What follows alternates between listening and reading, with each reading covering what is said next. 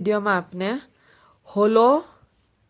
Hollow petal flower શીખશું બનાવતા અને આ જેવી તરહ મેં રેપ કીધું ફ્લાવર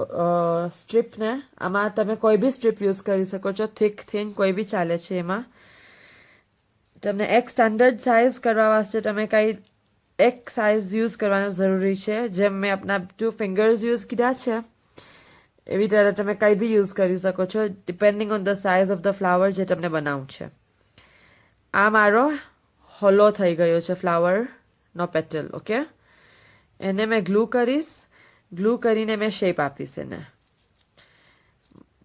ટીયર ડ્રોપ શેપ યા કે જે બી શેપ તમને આપવું હોય એ ઓકે અને પછી શેપ આપવા બાદ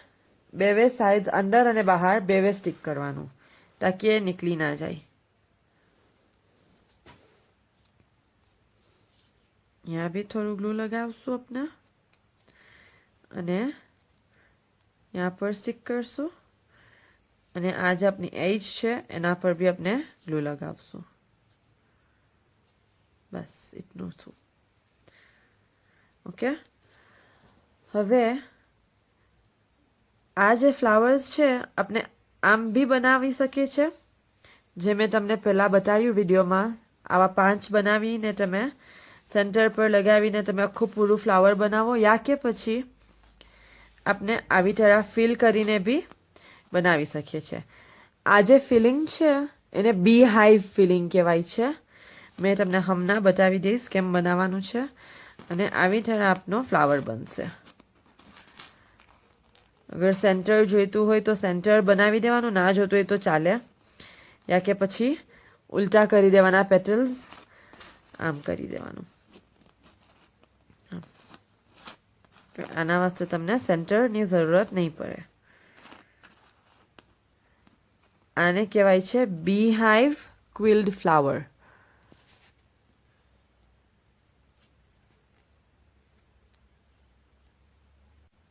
હવે મેં તમને બતાવું કે બી હાઇવનો જે ફિલિંગ છે એ કેવી તરહ બનાવશું એક સ્ટ્રીપ લેવાની ફૂલ સ્ટ્રીપ જે આવે છે ફૂલ સ્ટ્રીપ લઈ લેવાની હવે આપણે નીડલને ફર્સ્ટમાં મૂકશું જે એજ છે વहाँ પર ઇન્સર્ટ કરશું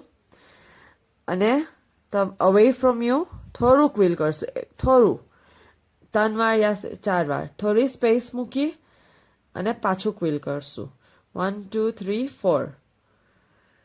પાછું થોડી સ્પેસ મૂકશું એટલી જ સ્પેસ જેટલી પહેલા મૂકી 1 2 3 4 અને નિકાલી દઉં નીડલને નિકાલી દેવાની છે સેમ વેમાં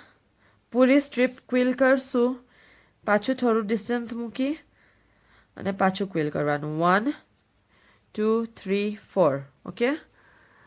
અને નિકાલી દેવાનું અગર પૂરી સ્ટ્રીપ ખતમ કરશું આપણે તો આવું થઈ જશે આવી તરહ થશે પછી તમે તમારું જે આ પેટલ છે એને લેશું અને એના અંદર આપણે એને ફિલ કરશું આવી તરહ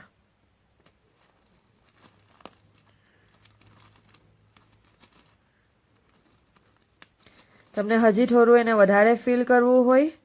તો બીજી સ્ટ્રીપ લઈ અને એમાંથી થોડા બી હાઇવ ક્વિલ્સ બનાવી અને આપણે એડ કરી શકીએ છીએ આ છે તો હવે એને આપણે કટ કરી લઈશું એટલું કટ કરશું અને આના અંદર આપણે એને ફિટ કરશું બીકોઝ આ પેપર છે તો કંઈ બી કરીને અંદર ફિટ થઈ જશે નાનું મોટું થઈને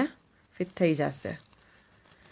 થોડું આપણે એડજસ્ટ કરાવવું પડે ખાલી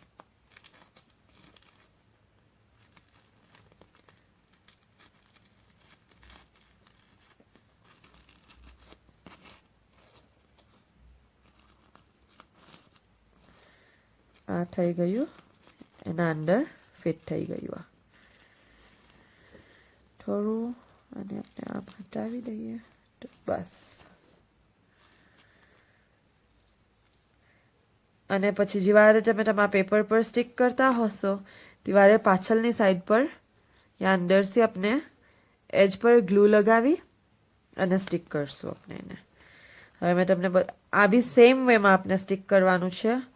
કંઈ બી ડિફરન્ટ નથી એમાં 6 આ થોડું મોટું છે મારું પેટલ આ સાઈઝનું નથી બનાવેલું નહીં તો પછી આપણે 6 પેટલ ફ્લાવર બી બનાવી શકતા હતા એમાંથી. જોયું? ઓકે,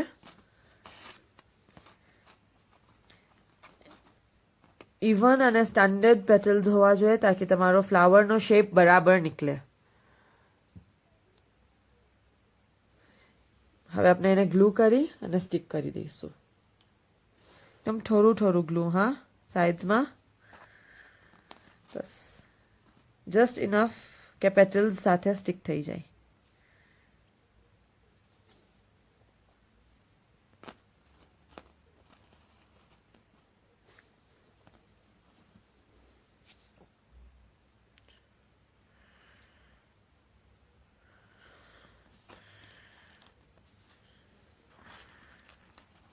લાસ્ટ પેટલ આપનો.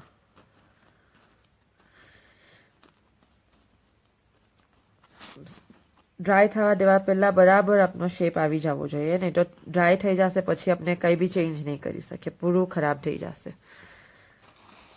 અને આ આપનું બી હાઇવ ક્વિલિંગ વાળું ફ્લાવર ફિનિશ્ડ.